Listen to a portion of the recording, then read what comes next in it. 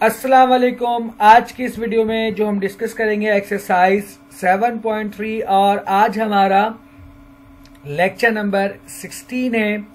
एक निहायत ही important topic जो पेपर के लिहाज से भी बहुत इम्पोर्टेंट है। पिछले बुक के लिहाज से अगर मैं बात करूं, चूंकि ये पहली बार है, इस बार पेपर में पहली बार पेपर होगा, तो अभी तो फिलहाल हम कह नहीं सकते कि क्या इम्पोर्टेंट है, लेकिन अगर हम पिछली बुक के लिहाज से बात करें तो ये एक निहायत ही इंपॉर्टेंट टॉपिक था कि हम किस तरह फर्स्ट नेगेटिव टर्म फाइंड करेंगे। ठीक है, तो एक एक चीज को बहुत ध्यान से देखिएगा, स्किप नहीं करिएगा। और अगर आपने चैनल को सब्सक्राइब नहीं किया है तो आप चैनल को सब्सक्राइब कर ले और लाइक जरूर कर दिया करें। हमारे पास सबसे पहले जो सवाल है 1 + y की होल पावर 4/3। ठीक है, और हमें बताना है कि इसमें फर्स्ट नेगेटिव टर्म कौन सा होगा।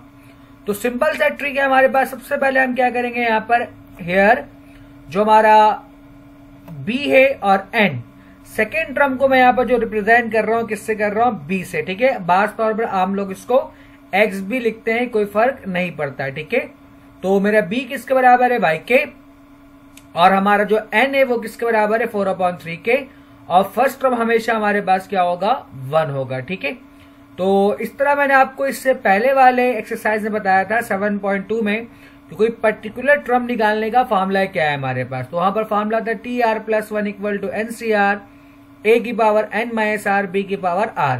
लेकिन चूंकि अब हमारे पास पावर फ्रैक्शन में है या फिर नेगेटिव में आएगा, तो इसके लिए हमारे पास जो पर्टिकुलर टर्म निकालने का फॉर्मूला होगा वो क्या होगा, हमारे पास TR+1 = 1/r factorial n multiply by n-1 n-2 और हमारे पास n - r+1 b की पावर r।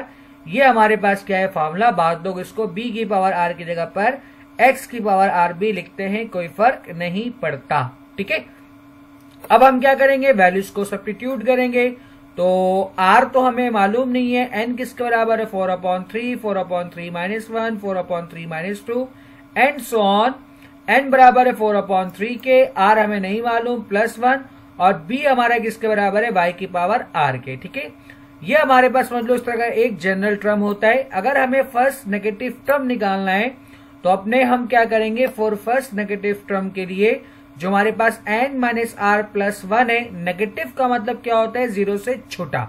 ठीक है, तो इसका मतलब ये है कि 4/3 - r+1 जो है हमारा क्या होना चाहिए, <1 होना चाहिए। ठीक है, सॉरी 1 कह रहा हूं, <0 होना चाहिए, तभी हमारे पास क्या होगा, नेगेटिव टर्म होगा। तो हम क्या करेंगे, अपने 4/3 - r+1 को हम <0 लेकर हम r की वैल्यू फाइंड करेंगे।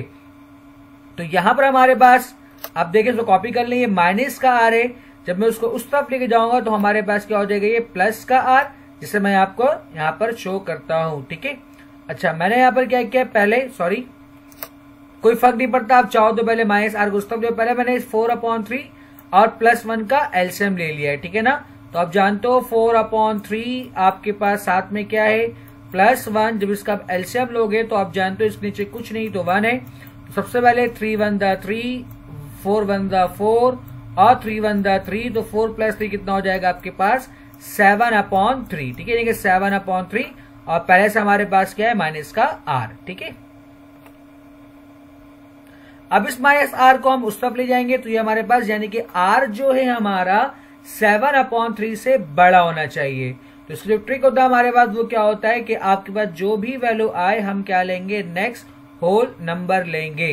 तो 7/3 के बाद जो हमारे पास नेक्स्ट होल नंबर होता है वो क्या होता है, 3। ठीक है, 7/3 मतलब कुछ हमारे पास 2 पॉइंट समथिंग आएगा, तो 2 पॉइंट समथिंग के बाद जो हमारे पास नेक्स्ट होल नंबर बनेगा वो क्या बनेगा, 3।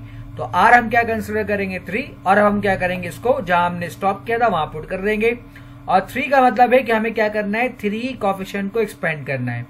तो TR+1 था, तो ये हमारे पास क्या हो जाएगा, 3 + 1 = 1/r फैक्टोरियल था, तो 1/3 फैक्टोरियल। उसके बाद सबसे पहले n होता है, यानी कि 4/3, फिर n-1 4/3 - 1, और फिर n-2 यानी कि 4/3 - 2। ये हमारे पास एक कोएफिशिएंट, ये 2 कोएफिशिएंट, और ये हमारे पास कितने हो गए, 3 कोएफिशिएंट। ठीक है, और y की पावर r था, तो ये हमारे पास क्या हो गया, y की पावर 3। अब आप एलसीएम लो इसका, तो आप जानते हो कि 3 जब 1 से मल्टीप्लाई होगा तो 3 मल्टीप्लाई 1 3 और 4 माइनस 3 कितना होता है 1। इसी तरह जब 3 2 से मल्टीप्लाई होगा तो ये हो जाएगा -6 और 4 - 6 कितना होता है -2। और आपको दिख रहा है कि यहाँ हमारे पास फर्स्ट नेगेटिव टर्म भी आ चुका है। ठीक है, तो 2 1 द 2, 2 3 द 6, तो ऊपर बच जाएगा 4 और नीचे 4 टाइम्स 3 है तो इसको आप मल्टीप्लाई करवा लो, तो इसको मतलब हमारे पास क्या बनेगा -4/81 y की पावर 3। तो ये हमारा क्या है, जो फोर्थ टर्म है बेसिकली फर्स्ट नेगेटिव टर्म है। ठीक है, नेक्स्ट क्वेश्चन हमारे पास है 1 + 2x की पावर 5/2। सबसे पहले हम क्या करेंगे, सॉल्यूशन के बाद एक बार क्वेश्चन कॉपी करेंगे और यहाँ पर b और n की वैल्यू को हम क्या करेंगे मेंशन। तो जो आपका b है वो किसके बराबर है 2x के, और जो आपका n है वो किसके बराबर है 5/2 के। फॉर्मूला जैसे कि मैंने आपको बताया, ठीक है, कुछ लिखने का तरीका होता है पेपर को अच्छा बनाने के लिए, जो हमने पहले लाइट कर लिया कि जो टर्म हमें रिक्वायर्ड है वो क्या है r+1 और ये हमारा क्या है फॉर्मूला है। ठीक है, अब हम फॉर्मूले में क्या करेंगे, इन वैल्यूज को सब्स्टिट्यूट कर देंगे और जैसा कि मैंने आपको बताया कि फर्स्ट नेगेटिव टर्म के लिए इस चीज को हम क्या करेंगे लेस देन 0 लेकर सिंप्लीफाई करेंगे। तो for first negative term 5/2 +1 -r 0 से छोटा होना चाहिए। अब यहां मर्जी है, आप इसका एलसीएम लो और माइनस का r को आप उस तरफ ले जाओ, तो हमारे पास क्या बनेगा 7/2 -r। ठीक है, 5/2 +1 का जब हम एलसीएम लेंगे तो क्या बनेगा 7/2। ये माइनस का r है, जब राइट साइड पर जाएगा तो क्या हो जाएगा प्लस का r। 7/2 का मतलब होता है आई थिंक 3.5 और 3.5 का मतलब ये है कि जो नेक्स्ट होल नंबर आपका बनेगा वो क्या बनेगा 4 बनेगा। ठीक है, तो इसका मतलब जैसे कि मैंने बताया कि हम नेक्स्ट होल नंबर लेंगे तो यानी कि हमारा r किसके बराबर होगा 4 के, यानी कि हम 4 कोएफिशिएंट को एक्सपेंड करेंगे। तो नाउ